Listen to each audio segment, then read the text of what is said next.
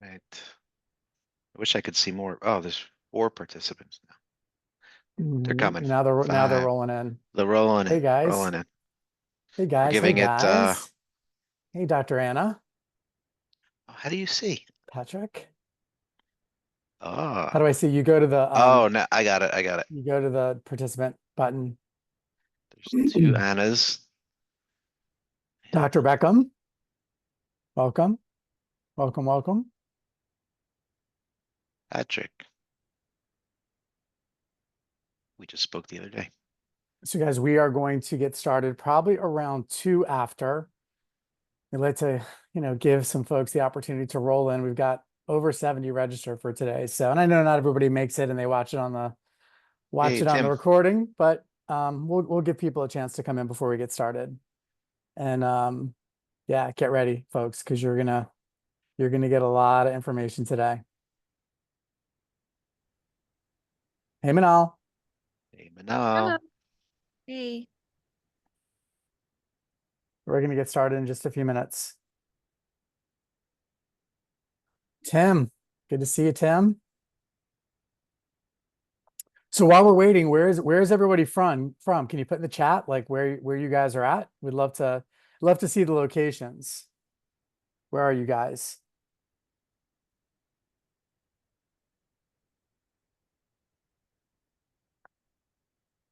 I'm gonna chat mine. I know you know, Jay, but I do know. Iowa, Iowa. Wow. Florida. I didn't see that. I'm not seeing that for Man, some not reason. there's not Oh wait, one hold on. person Duh. from. Oh, there's 2 Michigans. I was just gonna say, like everybody's from all over the place. Arizona, New York, New York. Fargo. Wait, hold on. The Virgin Islands. When am I doing that site visit? I need to come and visit Patrick for He sure. he's trying Fargo. to get off the island. I think he. Yeah. Patrick. I'd love to go to the Virgin Islands. It's been a while Which since I've been in island? Fargo. I'd go to any of the islands. I just don't care. I just want to be on a Caribbean island. Be amazing. Florida. Manal, do you have any favorite Caribbean island? All of them. All I'm of like, them? The one I'm on. That's the one that's my favorite. That's my favorite, right? Yeah. Although Florida kind of got the island vibe. There's some great spot. I mean, like last year when I came down, I went to the Keys for a little bit. That was great. Loved it. Haven't been there in years, but yeah. It's beautiful down there. Did you get a cheeseburger? What is it? Cheeseburger in Cheeseburger in paradise? paradise. I did not. I did not do the whole Key West Jimmy Jimmy Buffett. Buffett thing. No, I didn't go that far down. I was like where was that? It was Isla Morada. Hello from Michigan. Hello, Michigan. Dr. Anna. All right. Well, it's 1:02. Bri, you want to get started? Sure. Your volume just went down a little bit. Oh man, how Just about now? Is that FYI. better? Is that a little better? Hold on. Nope. Yeah, Jimmy, that thing up. What about now? Yeah, Is it better now? that's better, Okay, great. actually. All right, cool. Let's get rolling, everyone. Thanks for joining. It's our joint webinar here. I have one of my best friends and colleagues and business affiliates and in the world, Dr. Jay Greenstein. And we're going to talk today a little bit about key reporting and driving patient adherence. And Dr. Jay is going to go in depth and has a lot of great information for you on that. And then also we'll talk about how to actually apply that and put that into practice. Also in 2 ways. One, how Embody relates to that, I would assume, and also how Mhm. that also applies to Genesis. So it's not often you get great information and get to see it actually how you can actually apply that in your practice. And we got to get that done today. So thanks everybody for joining. And Dr. J, take it away. Cap, you did a great job. You've not really seen my presentation, and then you just nailed exactly what we're going to do today. So I appreciate that. So yeah, this is the second in a series of 3. Last time we talked about minimizing staff and maximizing profits. Today it's going to be all about adherence and retention. And then the last one is going to be about how we leverage artificial intelligence and remote therapeutic monitoring to make huge gains in our businesses. I love all three topics, I really do, but like I think number three is is one of my favorites because when I speak on stages around the country and around the world, I realize that we as chiropractors were behind from a technology perspective, and especially in the use of AI and RTM. And so we're going to dig deep on that, guys, and I'm going to give you very, very, very practical information that you can start applying immediately. All right, guys, so today it's all about patient care plan adherence, and it's all about the data behind it. And there's qualitative data, there's quantitative data, and I'm really excited to share this with you today. So why is this so important? We're going to talk about that. We're going to talk about how to actually measure adherence, and then we're going to talk about what steps we can take to drive improved adherence. And then last, we'll end up with Q&A. And I apologize last time. I mean, we really didn't have a lot of time for Q&A, but if I need to, and I'm running long, I'm happy to stay on and answer any questions. Again, I want you guys to know like I'm here for you. Sure, we're going to be talking about Genesis. We're going to be talking about Embody, but my goal is to provide as much value as I possibly can so that we can help you in your practices, because I'm passionate about chiropractic and, I want to see the profession and your practices grow. All right, so let's start with the why. I'll start off because I'm a nerd. I'll start off with the science and the data. This was a study that was published by Jim Whedon and some of his partners in 2021. And what they found is that although chiropractic patients, 82% of them responded that in general, like they understood the chiropractic recommendations that were made for them, only 27 to 44% completely adhered to the various treatment recommendations. And like, I don't know about you guys, but like this GIF on the right-hand side, when I was seeing patients in clinical practice, it would drive me nuts. I'm like, we can help you. Just be a good patient, do what you need to do, and all will be good. But at the end of the day, it's humans, and we have to understand human behavior in order to change the way patients adhere. And that's what we're going to be talking about today. So we know that care plan adherence improves outcomes. There's a billion studies on that. And we also know that care plan adherence improves income. Now, in a fee-for-service model where patients are coming in on a daily basis or twice a week or whatever it is, obviously every visit is driving revenue. But even in a value-based model where, let's say, we're given a case fee, and I know that this is very new to chiropractic, it's very new to healthcare in general, but it is coming down the pike, where we're given a case fee. If we do well with our patients and they get a good outcome, there'll be a bonus fee that we get at the end of the care delivery. So adherence either way is going to drive not just better outcomes, but also improved income. Now, this is a really important question. And I'm going to ask you guys in the chat, what's the difference between compliance, adherence, and retention? So I want you guys to put your answers in the chat, guys. I want to hear what you think. What's the difference between compliance, adherence, and retention?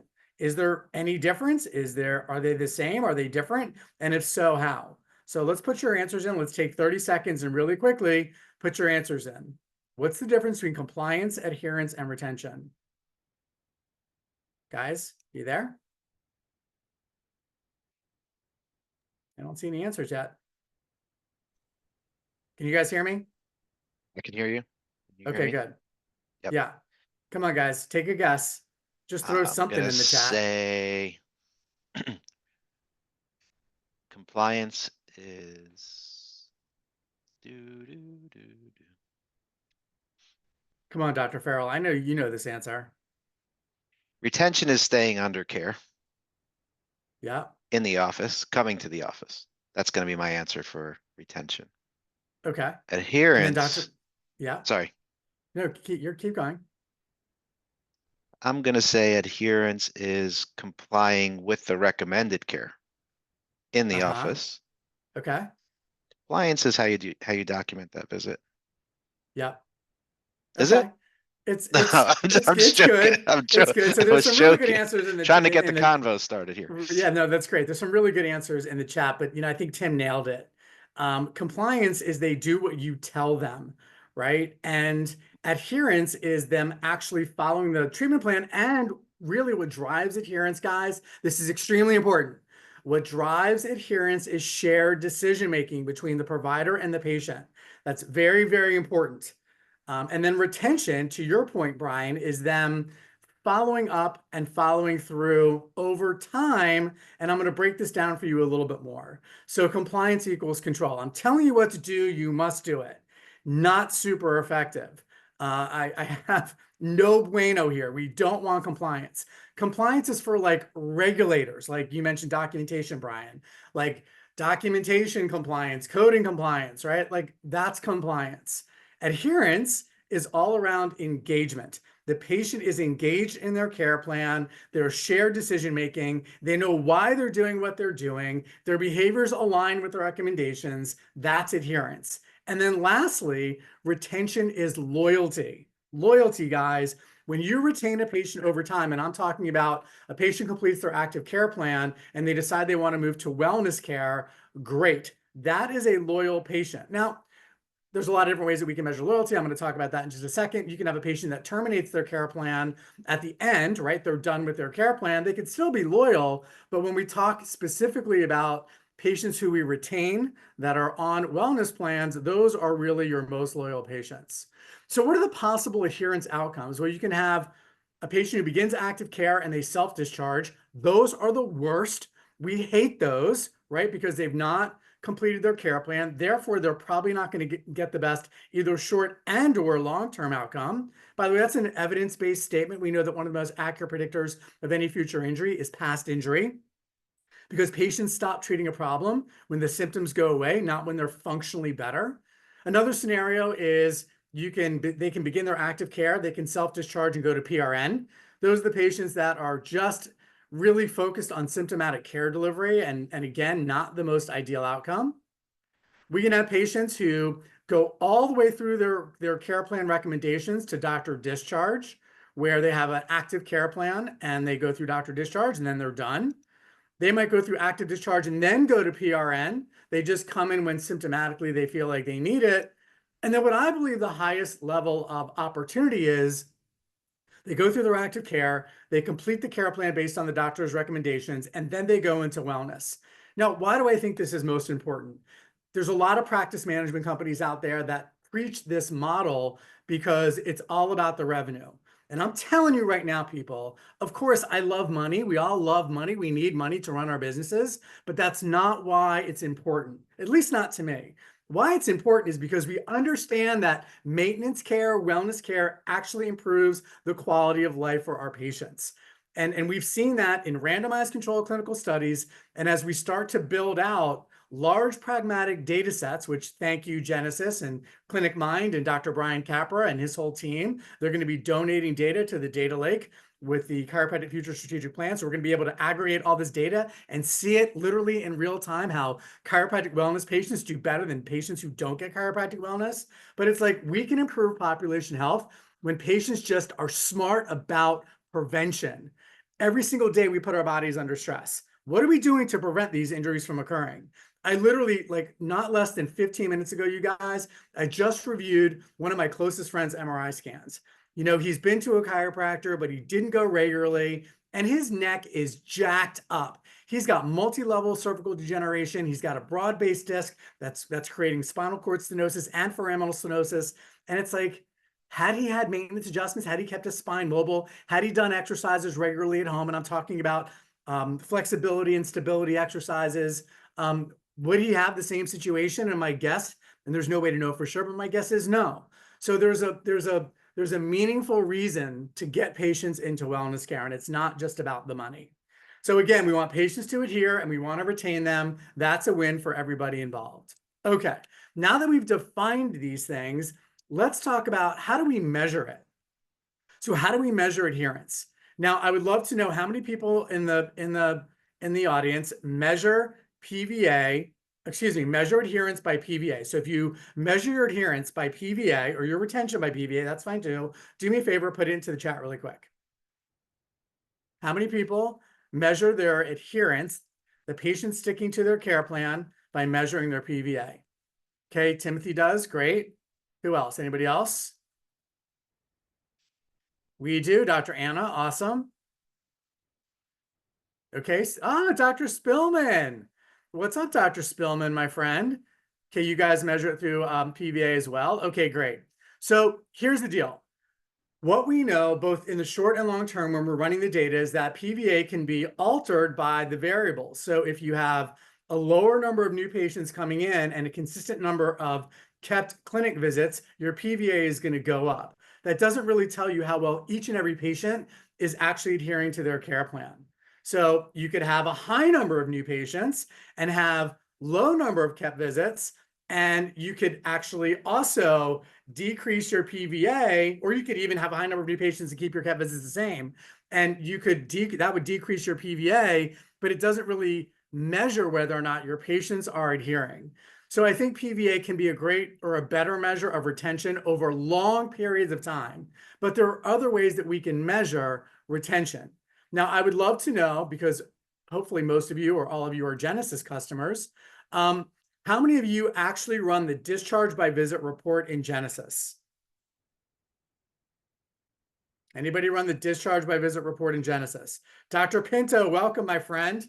Looking forward to seeing you and Dr. Spellman in a couple of weeks down in Williamsburg.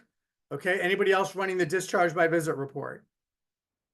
Okay, so I'm going to keep going here, guys. So anybody measure self versus doctor discharges? So this would be found in the discharge report. I'm going to show all this to you, but how many measure the percentage of self versus doctor discharge? So Dr. Spellman does. Dr. Spellman does. So Sam, are you doing both? So you do discharge by visit and you do self versus doctor discharge? I'm sure you do, because you and I have had many conversations. Good man. All right, great. This is really important data. So first and foremost, and when we talk to our Embody customers, when we're onboarding them, we ask a lot of our customers, like, are you measuring this data? And many people don't use this functionality in Genesis. So this is very, very important. If your patient goes inactive, I'm not talking about a patient who's PRN, I'm talking about a patient who just completely ghosts you. They either self-discharged or they doctor discharged and they're not active anymore. You need to use this screen, because you can actually put in the information that the patient was discharged, the date they were discharged, and then the discharge reason. So what we do is we measure doctor versus self, and we also list out the reasons of self-discharges, because there are many. Self-discharges feeling better, self-discharges financial, self-discharges no clinical improvement, self-discharge move out of the area. So we want to have all of this data, because when we go back and run these reports, and again, you guys know this, you may not be leveraging it, I hope you are, but if you're not leveraging the Genesis reporting function, it's world-class. It is literally world-class. So our ability to aggregate data based on the Genesis, I keep saying Genesis, sorry, Bri, the ClinicMind platform, that's good, is really, really important. So every single patient that goes to you, when they become inactive, you need to fill out these 3 boxes: that they're discharged, the date they're discharged, and the discharge reason. Really important. Now, guys, I'm going to tell you something. Most of the chiropractors that we meet with and talk to and end up on our platform, on the Embody platform, are chiropractic entrepreneurs. They're not looking just to stay stagnant in their practice. They want to grow their business. They want to grow their impact. They want to bring on associates. They want to open new clinics, or in the process of opening new clinics. They are entrepreneurs. And I will tell you that if you don't have this data and you bring on an associate and you can't measure this information, and you're wondering why your business isn't growing, even though you brought on another doctor, I'm going to tell you it's because you're not paying attention to the data. You're not paying attention to the key variables that drive the results.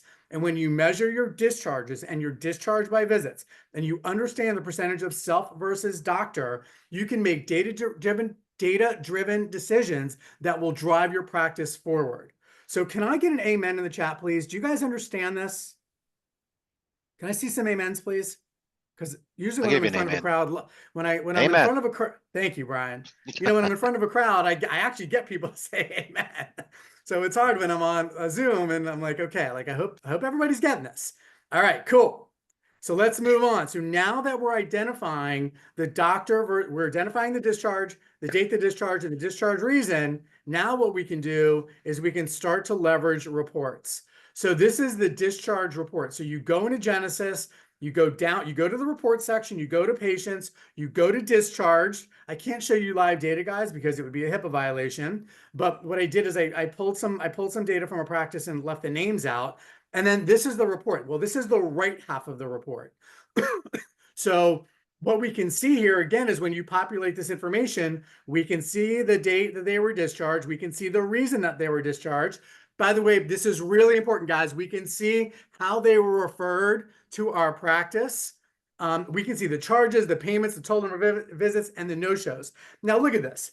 This is why this is an amazing report, because if we can see who referred or how these patients were referred, and we could look at their overall adherence, this patient only kept 4 visits and they had 9 no-shows. 9 no-shows.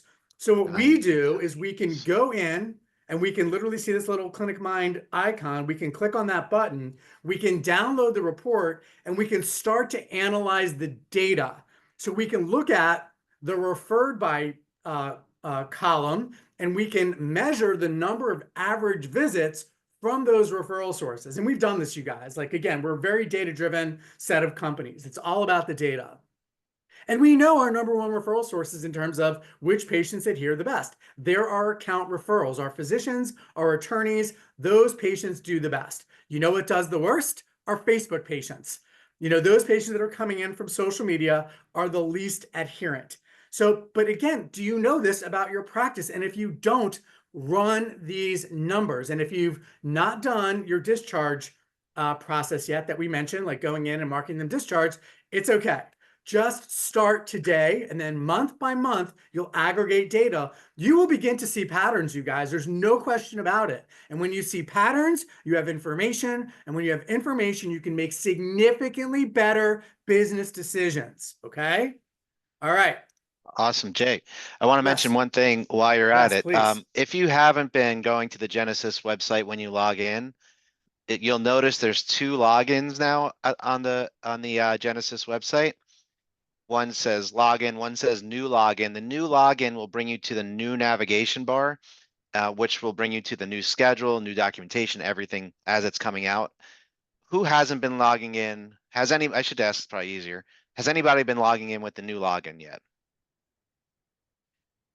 If you log in there and you don't like it, by the way, you can always click the other login. It'll take you to this legacy version you have. So like, thanks, Dr. Diana.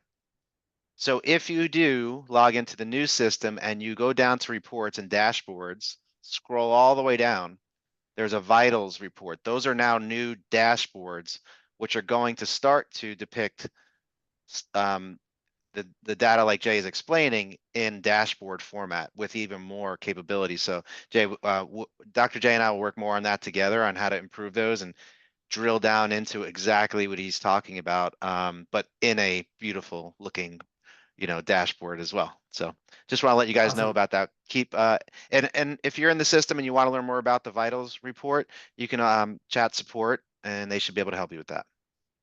Awesome. Thank you, Bri. So Yep. I did see a question by one of our Embody customers, Dr. Pinto. Amazing practice down in Williamsburg. Can you define an active? So Bob, what we do is we say if the patient has not been active for 90 days, that means that they're inactive. So we inactivate them. You can use different criteria. You can do 30 days. It's really up to you. But what's most important is consistency. However you define it, make sure that your team is following up with those process steps to mark them inactive when that patient hits that threshold. So we do 90 days. I'm pretty sure it's 90 days. It might be 6 weeks now that I'm thinking about it, but I can find out for you. In fact, we can even ask Kat. My Embody customers know my entire team. So we can talk about that, but I'm pretty sure, I think it's 6 weeks now that I think about it. Okay, so that's what you guys do as well. Perfect. All right, guys, let's go to the next screen. The next report that I want you to know about, that I want you running on a regular basis, is the discharge by visit report. So again, you go to reports, you go to patients, you go to discharge by visit, and then what comes up is this great distribution of knowing how many patients left after discharge after 1 visit, how many discharged after 2 visits, how many discharged after 3 visits. You can run this any time frame that you want. Now, here is a kind of a practice management gem. Every single week, I ask, I don't tell, I ask. I don't even have to ask. It's just part of our process. All of my direct reports give me a status report. So there are, and we can talk through this as well. In fact, we may do a webinar talking about this at some other time, but they send me very specific data around their clinics. And one of the data points that they share with me is the discharge by visit report. How many patients have discharged between the first and the sixth visit, what percentage? And also they share with me the doctor versus self-discharges. And they also share with me the percentage of patients that did not make it past their 12th visit. And so they are constantly looking at this data and then reporting it back to me. Now, could I run these reports? I could. But here's what the behavior change science says about running reports. I don't care what business you're in, it doesn't matter. When individuals run their own reports and review the data themselves rather than the boss doing it, they understand the data and they understand the business metrics and the KPIs and the impact of those numbers significantly more than if a boss or a manager or a leader brings the data to the employee. So every single week, my doctors, they know their business. They run their clinics like a business unit. They know their business and discharges and discharge by visit and self-discharge percentage. All of this is a very important component of their status reports. So if you've got associates, or you've got people on your team, and I shouldn't say if you have associates and when you have people on your team and they're responsible for specific KPIs, make them run reports, make them share the data with you. So when I get a status report on Friday, I review all that information. I have my one-on-ones with each one of my direct reports on Monday, and I've got a few on Tuesday. I'm ready to roll. I know exactly what's going on in their clinic or their business unit, and I can support them better because I understand where they're having their challenges, or I can just congratulate them and we can have a short one-on-one because they're kicking ass. So again, it's a little gem there, and I want you to really consider that because the data and the people who own those numbers running their own reports is really, really important. All right. So we've gotten through the why and we've gotten through the how. Now we're going to get into the what. Now, I've given you a lot of information already, you guys, but it's going to get heavy. So just take a deep breath and we're going to roll, but you're going to get a lot of information here, okay? So what are the key drivers of patient adherence and retention? So we're going to start first with remarkable experiences, okay? Now, Joey Coleman, very good friend of mine, best-selling author, speaks on stages across the world, wrote the book, Never Lose a Customer Again. And what Joey and his team did is they researched what drove customer loyalty. And he broke it down into the 8 stages of the customer journey that ultimately drives loyalty. And remember, loyalty equals retention, okay? But if they're not adherent, they're definitely not going to be retained. So I want to kind of frame this in the context of we ultimately want retention and loyalty. And so I want to kind of show you some of the big picture items first, and then we're going to drill down to each of the elements of adherence. So there are 8 stages in the customer journey, and I'm not going to go through each of these, but what I'm going to recommend to you is that you buy this book, okay? Now, he just published his second book, Never Lose an Employee Again. Now, I'm going to recommend that you buy that book. You want both. Why is it important to have both? I'm going to answer that question in just a little bit. But right now, we're going to do a pop quiz. Now, do you guys remember pop quizzes when we were in school? Like everybody kind of hated pop quizzes, but we're going to have fun with this today, okay? So what I want you to do is I'm going to ask you this question. What are the driver of remarkable experiences? What do you think the drivers are of remarkable experiences that drives ultimately patient loyalty? So what are the drivers of remarkable experiences that drive patient loyalty? I want you to put it into the chat, guys. What do you think?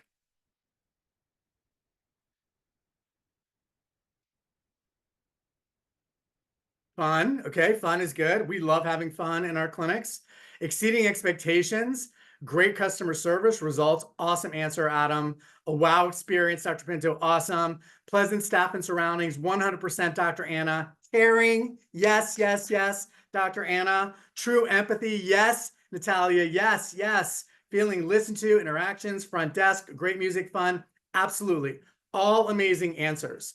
Guess what? According to the evidence, what's really interesting is that the number one driver of patient satisfaction and loyalty aren't any of those answers when we talk about the number one driver. So Gallup, we know Gallup has got, they know a few things or two about polling. Press Ganey is the largest hospital-based patient satisfaction company in the world. And here's what they found when they surveyed patients. The top driver of patient satisfaction is how well the staff work together to care for the patient. Number two was overall cheerfulness of the hospital staff. And last one was response to concerns and complaints during the stay. Gallup, holy cow, they found the same exact thing. So in order to drive patient satisfaction and loyalty, in order to drive these remarkable experiences, it's how well the staff works together as a team. Nurses anticipating your needs, obviously important, and staff responding with care and compassion, which many of you said. So that may be a little bit of a different way of thinking for you guys based on your answers. All the things that you said were totally true and on point. But if we're going to be able to deliver those remarkable experiences and having the empathetic staff and the staff that listens and the staff that has fun, at the end of the day, we've got to have an engaged team. What we understand from the data is that there is a direct statistical correlation between highly satisfied employees and highly satisfied patients. So I'm planting the seed for you. We don't have time to get into this whole thing around culture and culture building. I mean, I love talking about it. We just don't have time to talk about it today, but I will share a couple of really important components, some tools that you can use that can help you understand where you stand with patient loyalty and employee engagement. So how many of you know your patient loyalty score? So I'm going to just wait in the chat. We do have time. I'm doing pretty good on time here. So just if you know your patient loyalty score, I want you to put it in. And sometimes you might think patient satisfaction is your patient loyalty score. Those two things are different because the patient can be satisfied but not loyal. So if you're actually measuring patient loyalty, I want you to put your score into the chat.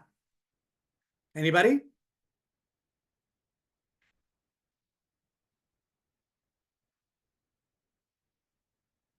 Okay, well then I'm going to keep moving, guys. Oops, hold on. Let me make sure I didn't lose you there. Brian, can you hear me? I'm here. Okay, cool. Yep. Right. Yep. Okay. Looking good. So here is how you measure patient loyalty. It's called the Net Promoter Score. And what you do is you send your patients an anonymous survey and you ask one simple question. On a scale from 0 to 10, how likely are you to refer your friends or family members to our practice? People who give you 9s and 10s, they are promoters. People who give you 7 and 8s, they're satisfied, but they're not loyal. And people who give you 0 through 6 hate you. Like they do not like you. So your Net Promoter Score is the percentage of patients that give you 9s and 10s minus the percentage of patients that give you 0 through 6s. Anything that's 50 or above is considered great. Anything that's 80 or above is considered world-class. If you're not measuring patient loyalty right now, again, I'm giving you tools, guys, measuring your discharges, measuring patient loyalty. I'm going to show you how to measure employee engagement. These are tools that you need in order to build a super strong practice, okay? It's about building infrastructure into your practice so you can grow it. So Net Promoter Score. So again, I'm not going to ask you guys in the chat, do you know your employee loyalty score? If some of you do, that's amazing. But again, Gallup created a standardized, validated tool to measure employee engagement. It's called the Q12. I don't have time to go through all 12 questions right now, but you answer based on a Likert scale. But I just want to point out one really important component. The Q12 is like Maslow's hierarchy of needs for the members of your team. It starts with basic needs, then there are individual needs, then there are teamwork needs, and then there are growth needs. And when you score well in all of these categories, you have a highly engaged team. You've got highly engaged employees and a highly engaged teams, which means all the things that you talked about in the chat, you're going to be able to deliver on. These remarkable experience drivers, okay? So I highly recommend, if you're not doing this, again, use SurveyMonkey, put the questions and the Likert scale into SurveyMonkey, send it out to your team, let them fill it out, review the data. Don't get all pissed off and upset when your scores aren't what you expect them to be or the comments are worse than you expect them to be, because guys, don't attach emotion to this, please. It's just data. It's just information that can help you be a better leader. That's what it's really about. It's not a personal attack. It's just a way for you to understand how your team is experiencing you and the business, and then finding opportunities to improve. So once you review the data, you sit down with your team, either in groups or in individual sessions, and you ask questions. You just be authentically curious. And when you ask questions and you get honest answers, you will see your practice go to new heights. Remember, we measure to improve, not to impress. So no matter what your score is, it's not good or bad. So please do not attach an emotion to it. Just do your measurement and then work to improve it based on the feedback that you get. I always say this, your team is your business, guys. If you're a leader, your team is your business, and your business as a leader is your team, okay? So let's get back to adherence. Now that we know that we want to create remarkable experiences to drive retention, and now that we know that we need a highly engaged group of employees to ensure that that happens, let's talk about the actual science around adherence. Now, y'all know, you've heard me before, you heard me last week, you hear me today. Like, I'm just not making up stuff for you guys. Like, unfortunately, there are a lot of practice management companies that may be doing things that are 30 years old and they came from some old style chiropractor. Maybe it works, maybe it doesn't. That's all fine and good. But the stuff that I'm going to give you today, guys, is based in the scientific evidence. And so I want you to think about how we apply, and I'm going to show you how we as a clinic system, like we've got multiple clinics, how we as a clinic system apply these concepts. So I'm going to give you practical examples of how we do it. How you decide to do it is up to you. But I'm going to give you ideas on how to apply the evidence around adherence. So I'm constantly doing literature reviews. So we did a literature review recently. We hired a group of researchers and they looked at all the evidence around adherence. And you can see there's a wide variety of elements to this literature review. And now I'm going to go through it. And I'm going to go through the application as it relates to how we apply it. Okay. So number one, what drives adherence? It's the patient-practitioner relationship.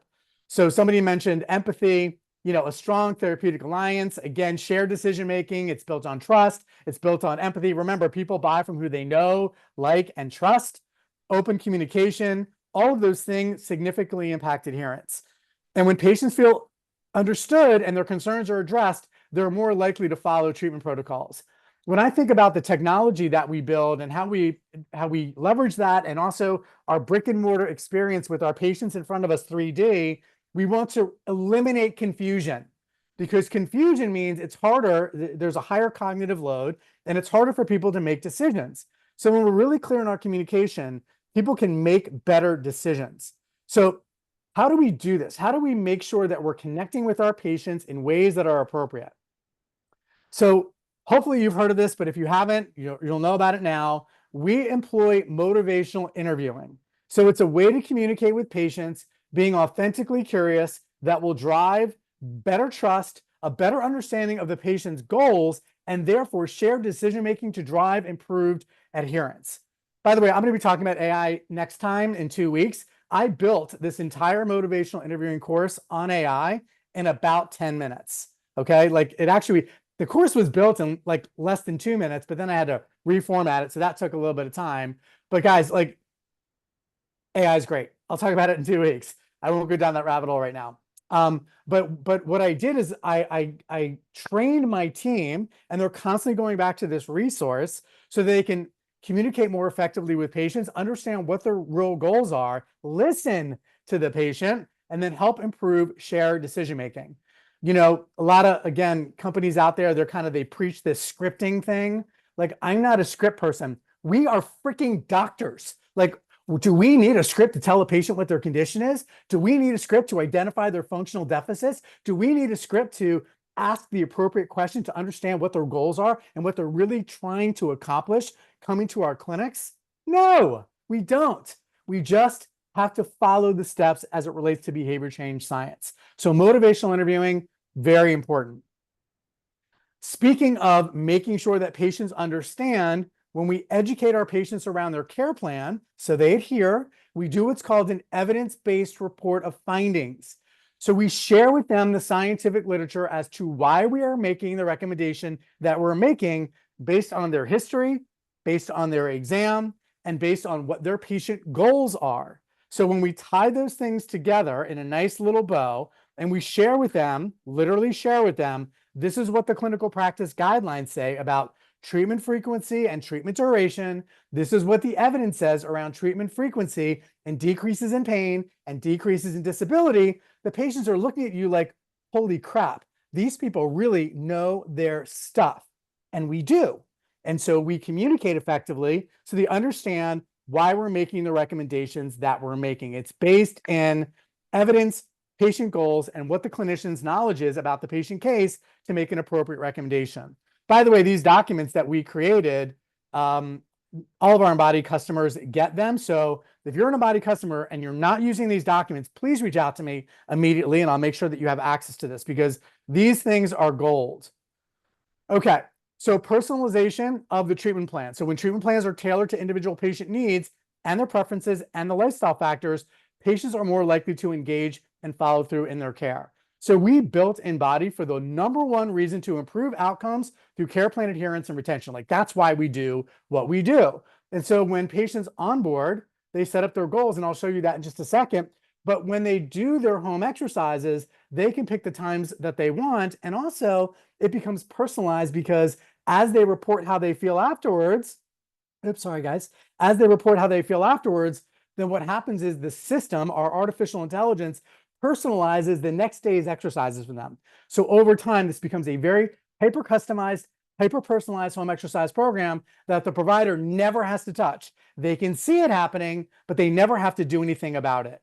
So again, with the benefit of utilizing Genesis, we've like literally automated this entire process. You put the patient's diagnosis into the problem list, we pull that data, we create the entire home exercise progression for the duration of the patient's care plan.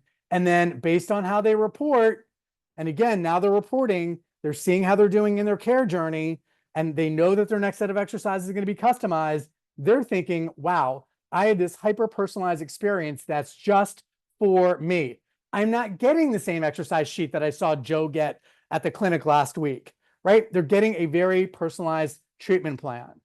Again, when it comes to adherence, autonomy, and engagement, patients want to help make decisions around their care plan, and they want it to apply to their specific goals.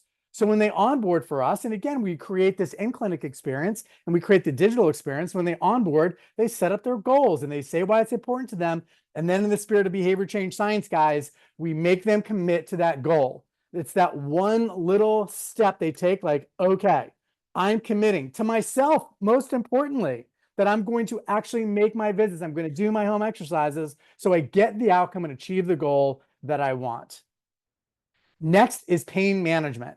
So what is really important to us in our clinic with our patients is, you know, we treat the patient on the first day. We don't do like a whole extended report of findings, and it doesn't matter if you do or you don't, but finding some way to help improve the symptoms of the patient as soon as possible is a huge win. So whether it's an adjustment or you do soft tissue work, or you put them on a modality, or you give them an exercise, or you do a topical analgesic, like a stop pain clinical, like do something that will help demonstrate that you can actually help solve their symptoms, and that will help improve adherence. And again, when patients can see overall symptomatic relief and functional improvements, they're leveling up in their exercise program. They're getting more and more challenges in their exercises, and they're reporting on their symptoms, and they can see how they reported previously and how they're reporting now. They see that they're improving. That's gold for them because they can see they're making progress in their healthcare journey. But there is more. Just realize that 93% of patients are expecting a digital healthcare experience. Let me say that again. According to HIMSS, which runs the largest healthcare technology conference in the world, 93% of patients are expecting a digital health experience, and 90% will switch if they don't experience a digital healthcare experience. They'll just go to another healthcare provider because they're not getting that experience, that engagement, that digital engagement that patients are craving for to improve their overall outcome. So again, according to the science, and by the way, I don't know if you've been paying attention to this, you guys, I've not called it out, but every single one of these screens has a scientific reference associated with it. Okay, I'm just not making this stuff up. But I think what you can see here is that our in-clinic process and our digital process is built around the evidence. And so when we review the evidence and we say, okay, how can we apply the evidence in order to drive adherence and retention? you can see this is how we've done it. We've done it with an in-clinic experience and a digital experience as well. So again, in this 2006 study, and there's many more, it demonstrates that ease of access to the treatment facility and flexible scheduling can significantly impact a patient's ability to stick to their care plan. So we make it simple for them. We want to reduce friction. Guys, if you were on my last webinar, you heard we don't have a front desk CA, right? We manage all the phones in a central operational system, and all of our people in the clinic are revenue producing employees. And our patients are using Embody to reschedule their patients, schedule their patients, communicate with the doctor, et cetera, so that our team is not answering a bunch of phone calls. Online scheduling, again, according to the evidence, this was a 2023 study. Increased convenience and engagement. Online scheduling systems provide flexibility and convenience for patients to book appointments at any time, which improves engagement and adherence. Now, I know that there are doctors out there, because we talk to them when we onboard our Embody customers, and they're like, I don't know, I don't want to like give up, the schedule. I'm afraid what's going to happen. And then we just kind of walk through the cost of having somebody answering the phones and scheduling the visits versus only once in a while having to reschedule a patient because maybe there are two patients that you don't want there at the same time because they're both complicated cases or whatever. Like, the cost savings is exponential. Like, you don't need somebody answering the phone and scheduling your visits. And especially with the beauty of Genesis, right? Because Genesis has appointment types. And so for us, for our company, Embody, and our clinics, we just map the appointment type inside the app. So we are able to fit the right appointment type into the right scheduling vacancy. So like, and every now and then we might have to move a patient, but it's very, very rare. So again, whatever system you're using, I just want you guys to understand it's going to be so much more efficient for you to just open up online scheduling and let your new patients and your existing patients schedule and only reschedule them by person when needed. Texting, I mean, again, there's so many different studies around texting. This was a study published that demonstrated that SMS reminders were significantly more likely to complete their prescribed home exercises compared to those who didn't receive reminders. So it's like we took a home exercise platform that we built, and we took a patient communication system and review management system that we built, and we just combined them.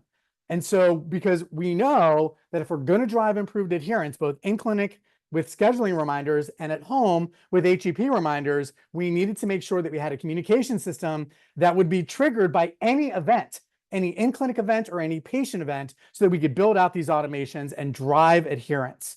So again, this is all based in evidence.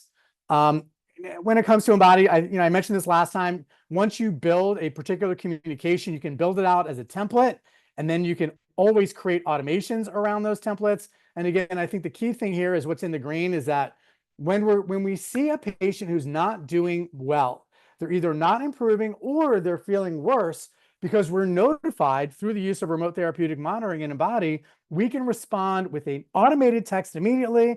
And then we get an internal automated text that goes to the provider so they know to respond to that patient immediately. So again, we're strengthening the connection between the patient and the provider. You guys at the very beginning had great answers around how do we create remarkable experiences, and they were all about the clinic experience. And I agree, that must happen if we're going to drive adherence and retention.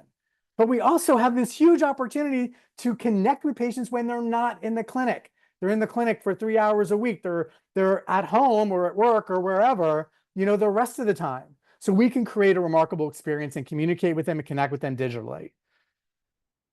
Digital gamification, again, we're talking about care plan adherence. There was a great study in the Harvard Business Review. There was a systematic review which looked at all of the studies around gamification studies and improving adherence. You can check it out at Harvard Business Review.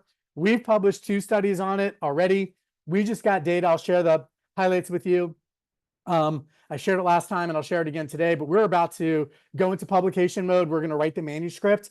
Our researcher who writes all of our manuscript out of University of Kentucky has reviewed all the data, and we're about to publish this study, or at least write the manuscript and then submit for publication, of over 1,400 patients, because we know how important gamification is in driving better adherence.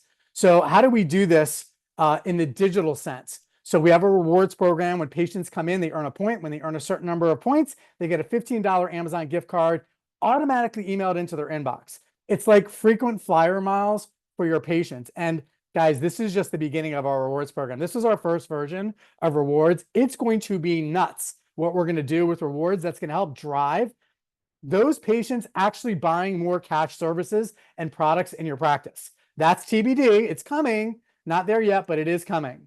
Also, we have a daily accountability score. So every day, the score for our patients starts at 0. And then when they do what they're supposed to do, they come in for their clinic visit or they do their home exercises, they get a score of 100. And so they can see their score over time, and patients are gamifying their experience trying to get a score of 100 every single day. And then lastly, badges. We know that badges work. It's like getting a like on Facebook or Instagram or Twitter or TikTok or whatever. Like, we know that badges are dopamine hits, and we've got multiple layers of badging that we do for our patients in their healthcare journey to keep them engaged and to keep them adhering to their care plan. Also, again, when they're reporting, we can see how they're doing with their journey in their home exercise program. Their exercises automatically change when they report how they feel after their exercises, and they're updated. Their progression continues to move forward, and even they get a chance to level up. So we've got 3 levels of the exercise progression. So they have level 1 when they do all those exercises and they don't have pain. They can go to the next level of exercise, level 2, and then level 3. You can see how important it is to keep them engaged through all 3 levels in order to get a maximal functional improvement in the patient's condition. So again, I talked about the study. We know that in the total cohort of patients, we were able to improve care plan adherence through the use of a digital product like Embody by 26%. So I ask you, if you could improve the number of visits in your practice by 26%, would that be beneficial to you? And I think the answer is yeah. Because what we did is we compared Embody users to non-app users, and clearly the Embody users were significantly more adherent in their care plan than those who did not use it. But wait, there's more, because through all of this, I said that improving healthcare outcomes, you can also drive improved income as well. You can drive it through more visits, you can drive it through patient retention, but you can also drive it because when you strengthen the connection between the patient and the provider, and the patient's doing their exercise at home, and we have visibility into all that, and we can see what's going on with the patients, who's doing better, who's doing worse. We can reach out to them, who's adhering, who's not adhering. We can reach out to them. We can have conversations in the clinic using motivational interviewing. We can get paid for remote therapeutic monitoring. Now, I'll talk about this a lot more next time, so you understand all the different criteria that must be met in order to build these codes. But one thing is important to know. We must get in the digital healthcare game. I don't care if you don't use Embody. You don't want to use Embody, go use another product. That's all fine and good. But MDs and PTs have been getting paid for these services for years. And my concern, you guys, is that if we don't start doing these services and getting paid for these services, billing these services to insurance companies, they're just going to turn around and say, well, chiropractors don't do digital health, so we're never going to reimburse them. That's horse poopy, okay? Like, we have every right under our scope of practice to provide these same exact services and get paid for them.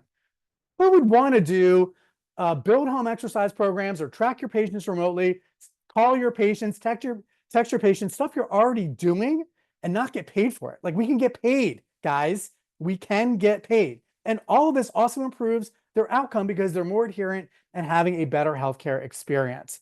And then again, the idea that we can communicate with them effectively and efficiently, especially when clinical events happen, is the secret sauce, because they've never had that level of connection with their provider ever. We are the only platform that connects clinical care delivery to patient communication. Nobody else has that. What's the outcome of the patient, and how can we communicate with them more effectively and efficiently and quickly to make sure they stay engaged?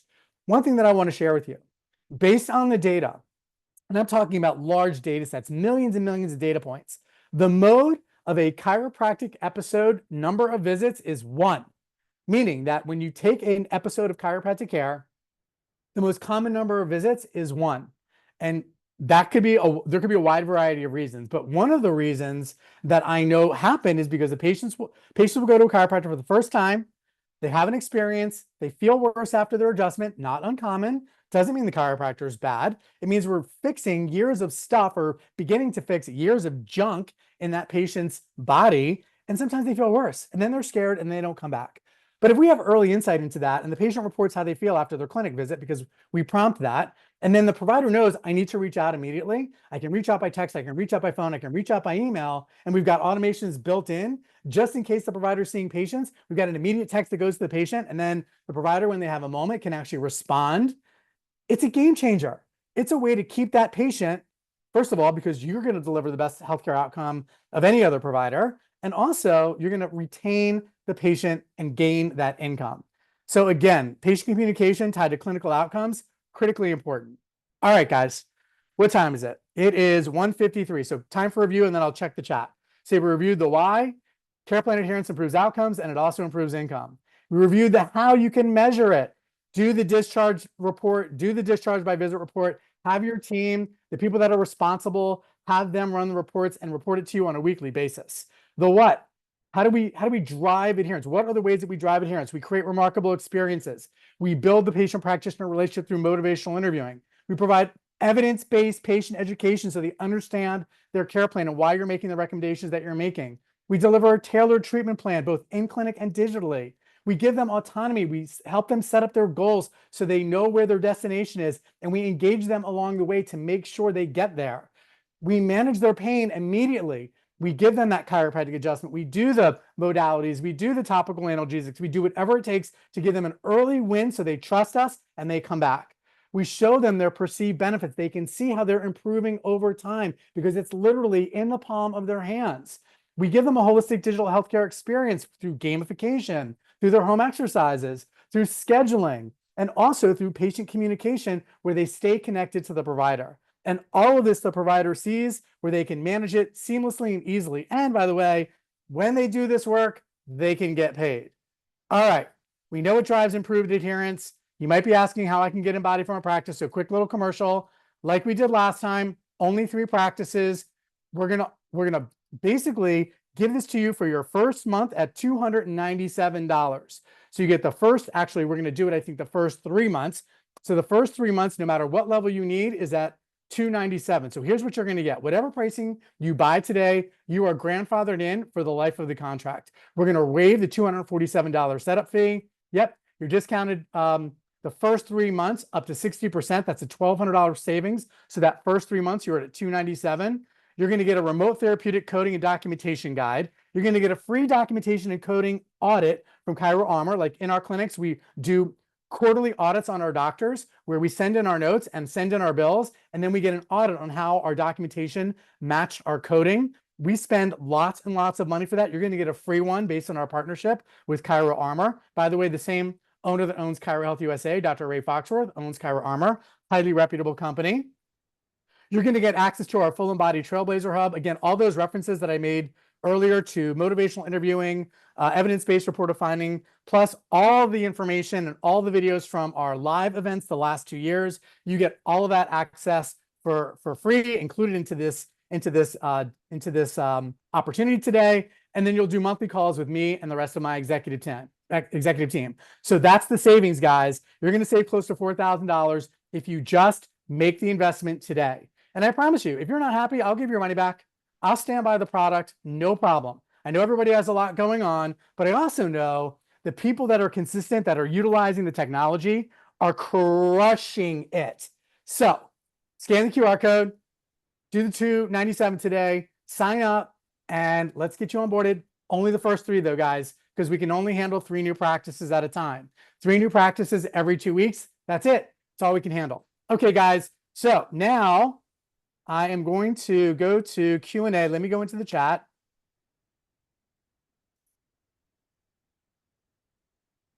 Give me 1 sec here. Let me answer these questions for you. All right. So I've noticed a trend for any, yes? No, go ahead. Sorry. I've noticed a trend for any of those who use online scheduling are my biggest no-shows. Any tips? Adam, my question for you is, do you have automated reminders that go out to your patients? Because Brian said that. I didn't even have to ask you. Yes, he does. Yes, email and text, and we call. Okay. So yeah, I think the correlation is really, really important. I would want to dig a little bit deeper. if you want to schedule a time with me, I'm happy to give you 15 minutes of my time. I'd like to look at the data. So I'd want you to run appointment reports so that we could see what's happening. I'd also want to know when you're sending your text reminders. I'd also want to know the language that you're using in your text reminders, because language is important. And so we can talk through that. So if you want to schedule some time with me, just reach out to me. I'll put my email in the chat. I'll schedule you for 15 minutes and we can talk through that. Let me just do this really quickly for you. And happy to help any way I can. Wow, that's it. You guys, come on. You don't have any more questions for me? Oops, hold on. I got a question. Yes. You mentioned that driving adherence improves, obviously, results and revenue. How Yes. have you seen it improve referrals? That is a great question, Cap. We measure internal referrals every single week. And what we know, at least from the data, is that we set a target for 33% of our patients coming from either internal referrals and returning patients, and we're hitting those targets. Now, have we gone back and looked at, and now you've created I'm a great making you question in my think. mind. Yes, but I love it. That's why you're a genius. What we could do is we could run a stats report, even a discharge report, and identify, or discharge by visit report, and identify those patients that have been retained the longest, or we could evaluate all of our wellness patients and then go back and look at a new patient report and see how many have actually referred. So that's Yeah, like a can you great see question. who's like engaged with Embody and what is their referral rate versus a non-Embody? Yes. Yeah. And Because that's a whole in nother, It's a whole nother opportunity. Exactly. yeah. And so I mentioned what's going into our product soon as it relates to rewards, driving more cash-based services for our customers' practices, but also referring rewards as well. So like that's part of it. That's part of our strategy. Yeah. We have so many opportunities to do so many great things. And just, from my perspective, you guys, internal referrals is probably the best referral because it doesn't cost anything. And, back in the day, chiropractors didn't have, social media and digital health and all that stuff. In the 1970s, it was, you were a great chiropractor, you got your referrals from other patients. And so Right. we are building in ways to drive referrals, like literally inside the Embody product. So Adam Great said he question. does a referral summary report for this, so I guess you could do it that way too. Yes, that's great. It's a great idea. Love that. Thank you, Adam. Tim, awesome, buddy. So excited to have you on board. Can't wait. Good Excited to job, connect Tim. with you, man. I've been seeing Awesome. your name a lot, Tim. Great It's job. great. My Yep, love it. practice is all over the place. So guys, any other things that I can do to be helpful today? I really appreciate you guys sticking around to the end. I really hope this was helpful. If you can just put something in the chat and tell me, like, how did I do today? Like, was this helpful? Yay or nay? If it was helpful, you can say yay. If it was not helpful, you can say nay. I mean, I only get better with feedback, so please feel free to be honest with me. I'm giving you a yay, Let me know how I did, just so you know. guys. Thank you. Oh, thanks, Awesome, man. Tim. A Appreciate ton it, of brother. information. The Thank you, energy is Kay. always great from you. Thanks, Dr. Anna. I appreciate your Looking forward to passion, connecting Jay. with Dr. Anna. Thanks, you guys. I love it. Thank you. Thank you. Thank you, Renalyn. Awesome. Awesome. Awesome. Thanks, you guys. Well, Brian, thank you so much, man. I really appreciate the opportunity to be part of your tribe. Absolutely. Love Genesis Nation. Love you, brother. And just Love you, man. excited for the future. Awesome. Great job, man. Talk to you soon. Thank you, man. Awesome. See you next See ya. time. Okay. Thanks. Oh, when's our Bye. next one? Oh yeah, next one, guys. September 25th, 1 o'clock. Don't miss it. All right. See you then. Bye, guys. Yeah, we'll send out the recording. Sounds great. See y'all. Thanks. Thanks, Bye. Manal. Bye.